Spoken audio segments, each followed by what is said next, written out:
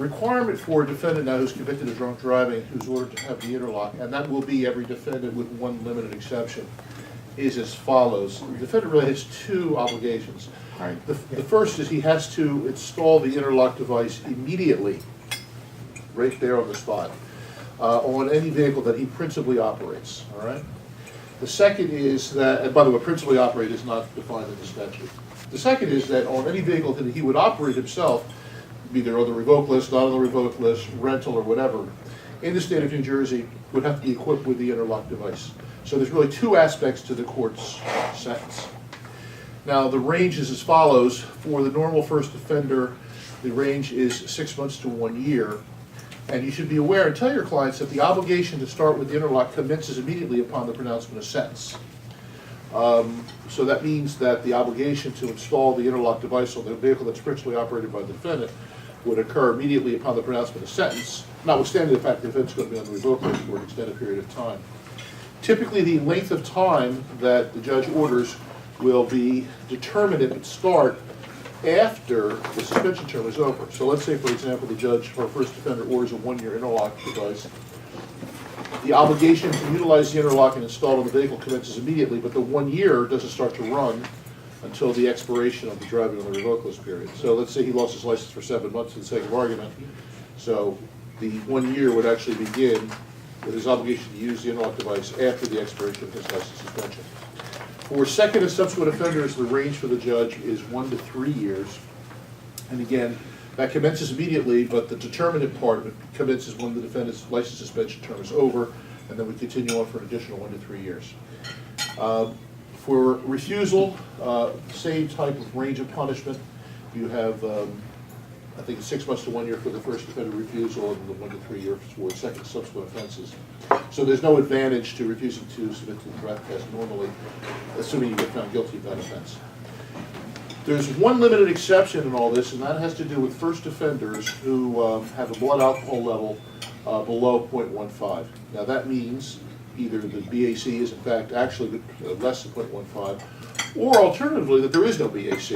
The BAC was excluded as a result of some type of evidentiary ruling, motion to suppress, maybe it didn't, readings were intolerance, or excluded for some other reason, or there was a refusal. I mean, it could be any of those things. But when there's no reading available, or the reading is below 0.15, then the requirement for the use of the interlock device becomes optional with the judge. That's number one. So the judge can actually forego ordering the use of the interlock under those limited circumstances. And number two, interestingly, this is the only situation where the obligation to start installing it on the vehicle and also to use it doesn't commence until after the suspension term is over. So typically in a case like that, the defendant will be getting a 3-month suspension of his driving privileges. So if the judge orders it, it would not commence until after the 3 months has been served. But you as advocates will of course try to be pitching that your client shouldn't have as well. Now what I've given you here is the actual statute. The main statute you've got to look at is 39.450.17. The 16 I've given you is just a statement of public policy more than anything else. What you have here is 17, and that has the actual mechanics of it. So if you have a client coming in, you're going to be talking to your client, advising your client about this obligation, you should refer to the statute you have here. Please be mindful that you'll have some defendants coming in who just cannot have this, okay? First offenders who are going to be police officers, or they're going to drive professionally, or they have some driving component to the employment they have. Because unless they have a vehicle that's equipped with an interlock device, you know, they're not going to be able to drive. And I don't know that many state police vehicles that have an interlock device on them. Be mindful also, you've got to tell your client's family that this is going to impact on the family, because if the judge orders it, it becomes incumbent upon the family to install it right away. But while the defendant's on the revoked list, presumably somebody else is going to be driving his vehicle, and that's the individual who's going to have to be, you know, wrestling with the interlock device every day of the week. I wanted to be able to give you information about the interlock so you can give nuts and bolts advice to your clients when they come to see you. So in that, I brought an interlock expert with me. Come on over here, young man. All right, raise your right hand. You tell the truth? Yeah. All right, what's your name? My name is Jason Guberman. Are you employed? Yes, I have a company called Interlock Device in New Jersey, and we're one of the companies approved to put interlock devices in vehicles. Now, I'm going to ask you a series of questions. Look right in the camera over there so everybody can see how handsome you are. All right. Actually, stand over here. You make us both look good. Are you ready? Yeah. If I have a client and I send my client, or I'm going to tell my client he's going to plead guilty and he's going to have to install an interlock device, if he starts talking about money, what should I tell my client? There's 6 companies, or there's 5 companies in the state of New Jersey that are approved to put interlock devices in cars.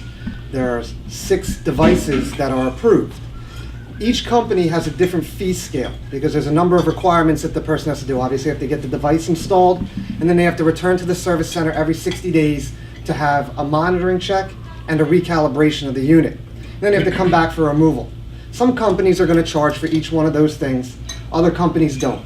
But if you put all the fees together and you average out all the companies, that client's going to pay anywhere between $75 a month to $125 a month in total.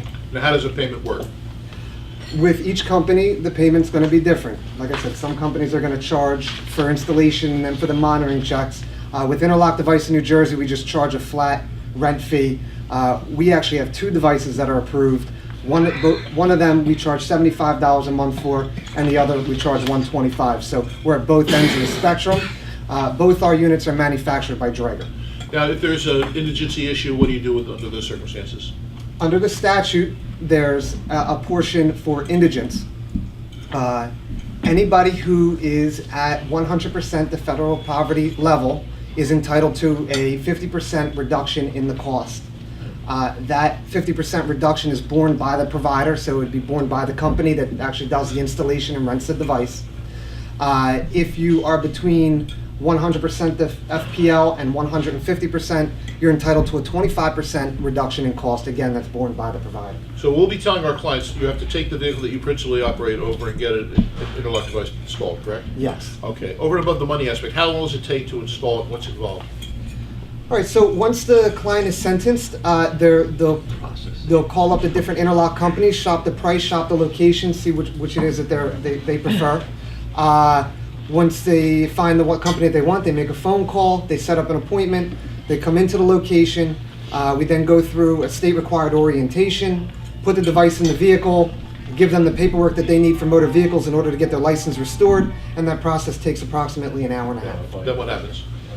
After they have the device installed and they're given all the paperwork that they need, they'll then take that paperwork to motor vehicles when it's time to get their license restored, show that paperwork in addition with the IDRC stuff, proof of paying all their fines, and they're given their driver's license back.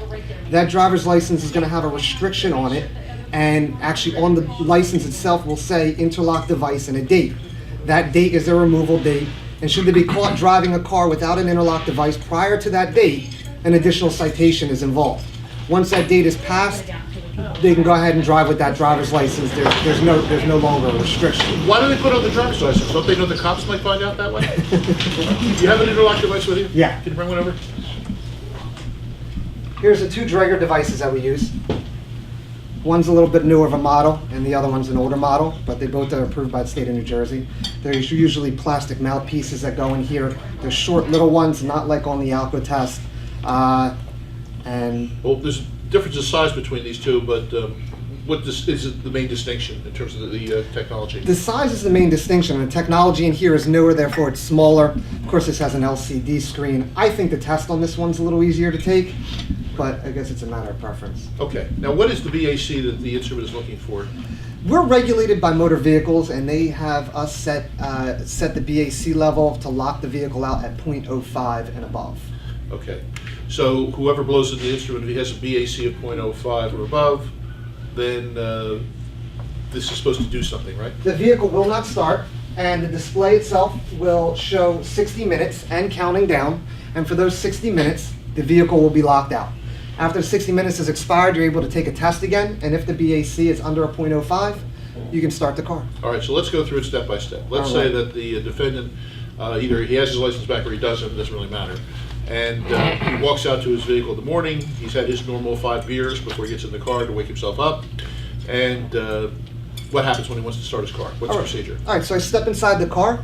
This device... Actually, in this case, he crawls inside the car. This device is wired... Just try to be realistic. Is wired into the car's electrical system. It's not wired into the engine. So you'll imagine that this cord will be coming out of the dash somewhere. There's an additional component that's hardwired into the electrical system underneath the dash and inaccessible by the individual. So this is about all they'll see. and they'll get into the car and they'll turn their key to the on position.